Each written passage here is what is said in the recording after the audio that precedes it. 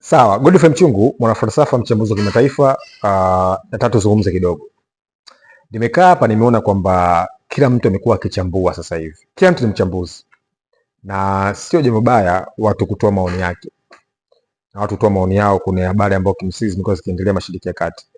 Lakini nadhani kwamba tunahitaji kuweza kujibu maswali haya ya msingi. Yaani katika mijadala ambayo tunazungumza lazima tuweze kuzungumza hoja za msingi ambazo mimi binafsi nafikiri kwamba tukijikita hapa tutaacha kujadili haya matokeo.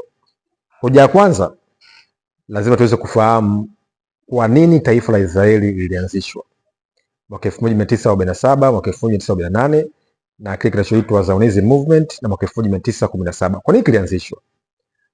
Mpango ulikuwa ni nini? Swala la kwanza.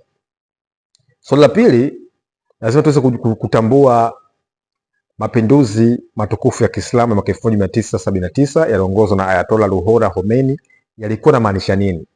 Yalilenga nini? Kwa nini waliamua kufanya mapinduzi? Swala la tatu, dhana ya balance of power, yani uwiano wa mawanda ya kimamlaka ya eneo Mashariki ya Kati. Kwa nini mpango wa Greater Israel? Nani ni kikwazo?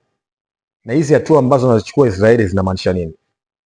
Hoja ya nne, kwa nini Marekani amekuwa akienda Guba? Alienda Iraki, ameenda Syria, ameenda Libya, Afghanistan, Lebanoni. Kwa nini anaenda katika eneo la Guba? Ana maslahi gani Marekani? Swali la tano, dhana ya global power shift, yani kuhama kwa mawanda ya kimamlaka ambayo yanaongozwa na China na Urusi, imesababishwa na nini na tumefikaje hapa?